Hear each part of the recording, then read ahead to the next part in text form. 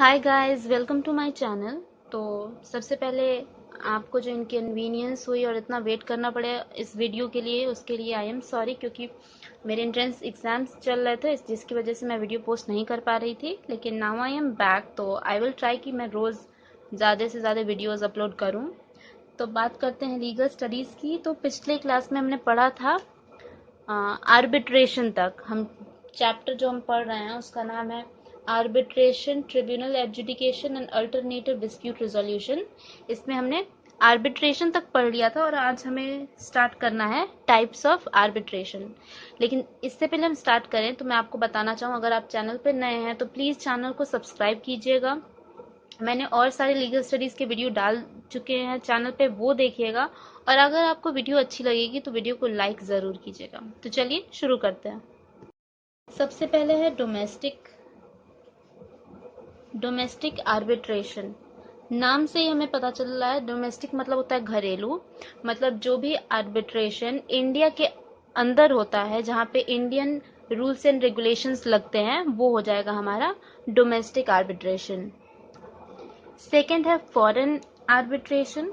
Foreign arbitration का मतलब होता है जहाँ ऐसा आर्बिट्रेशन जो इंडिया के बाहर हो। जो आर्बिट्रेशन का जो पूरा प्रोसेस है वो इंडिया के बाहर हो, लेकिन जो उसका आर्बिट्रल अवार्ड है, जो उसको इम्प्लाई करना होगा हमें, उस वो इंडिया के अंदर ही इम्प्लाई होगा। तो दूसरा हमारा हो गया फॉरेन। तीसरा हमारा है ad hoc. Ad hoc arbitration में क्या होता है कि जो दोनों पार्टीज होती हैं वो किसी फॉर्मल इंस्टीट्यूट के पास न जाके आपस में ही आर्बिट्रेशन का जो पूरा प्रोसेस है वो कर लेते हैं। तो ये हो गया एड हॉक। इसके बाद है इंस्टीट्यूशनल। इसे हम बहुत अच्छे से जानते हैं। इंस्टीट्यूशनल आर्बिट्रेशन में क्या होता है, दोनों पार्टीज किसी स्पेसिफिक इंस्टीट्यूशन के पास जाती हैं जो उस तरह के आर्बिट्रेशन में बहुत स्पेशलाइज्ड हो। तो ये हो गया इंस्टीट्यूशनल आर्बिट्रेशन। नेक्स्ट है स्टैट्यूटरी आर्बिट्रेशन। स्टैट्यूटरी आर्बिट्रेशन में क्या होता है कि दोनों पार्टीज पे आर्बिट्रेशन लीगली इम्पोज किया जाता है, हो सके किसी लॉ के द्वारा या किसी पर्टिकुलर स्टैट्यूट के द्वारा। इसका एग्जाम्पल हम ले सकते हैं डिफेंस ऑफ इंडिया एक्ट 1971। इसमें क्या होता है कि डिफेंस सर्विसेज में जो लोग होते हैं या डिफेंस सर्विसेज में जो अलग पोजीशंस पे लोग होते हैं, अगर उनके बीच कोई भी डिस्प्यूट अराइज होता है तो वो लोग यहाँ डिफेंस ऑफ इंडिया एक्ट के तहत जो भी आर्बिट्रेशन का प्रोसेस है वहाँ पे जाते हैं। तो ये हमारा हो गया स्टैट्यूटरी। और उसके बाद लास्ट है हमारा इंटरनेशनल। इंटरनेशनल आर्बिट्रेशन और फॉरेन आर्बिट्रेशन, पहले मैं बता दूं इंटरनेशनल आर्बिट्रेशन क्या होता है। इंटरनेशनल आर्बिट्रेशन में जो दोनों पार्टीज होंगी उनमें से कोई एक पार्टी इंडिया की होगी और दूसरी पार्टी बाहर की यानी कि विदेशी होगी।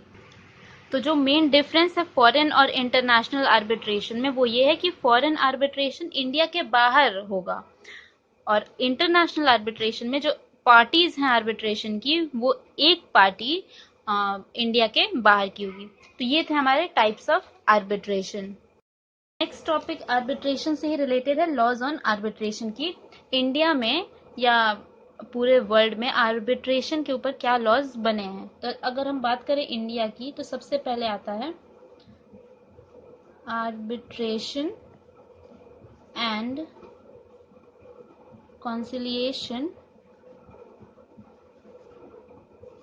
Act of 1996। कॉन्सिलिएशन का मतलब क्या है ये हम आगे पढ़ेंगे, आगे दिया है हमारी बुक में। अभी बस हम जान लेते हैं कि ये एक एक्ट है, आर्बिट्रेशन एंड कंसिलेशन एक्ट 1996, जिसके अंडर इंडिया में आर्बिट्रेशन को गवर्न किया जाता है। तो इस एक्ट में एक कोडिफाइड वे में पूरा प्रोसेस पूरे आर्बिट्रेशन को अच्छी तरह से एक्सप्लेन किया गया है। अब हम बात करेंगे इंटरनेशनल लेवल पे। तो हमारे पास है यूनिसिट्रल। ये जो इसका एब्रिविएशन है और इसका जो फुल फॉर्म है वो याद करने वाली चीज है, क्योंकि वो एग्जाम में आ सकता है। तो इसका फुल फॉर्म है United Nations commission on international trade law, जो आया था 1985 में। तो यूनिसिट्रल में पूरे कोड्स, रूल्स एंड रेगुलेशंस दिए हैं कि इंटरनेशनली आर्बिट्रेशन क्या है, क्या प्रोसेस होना चाहिए और कैसे आर्बिट्रेशन के साथ डील करना चाहिए। और जो भी यूनाइटेड नेशंस की कंट्रीज हैं, यूनाइटेड नेशन का हिस्सा हैं जो कंट्रीज, वो इंश्योर करती हैं कि उनके कंट्री में कुछ ऐसे लॉज या रूल्स होंगे जो यूनिसिट्रल को फॉलो करेंगे। जैसे हमारे यहाँ है जो आर्बिट्रेशन एंड कंसलेशन एक्ट, तो वो एक्ट इंश्योर करता है कि यूनिसिट्रल के भी जो कोड्स और रूल्स एंड रेगुलेशन है वो हम अपने यहाँ भी फॉलो करते हैं। तो ये था लॉज ऑन आर्बिट्रेशन।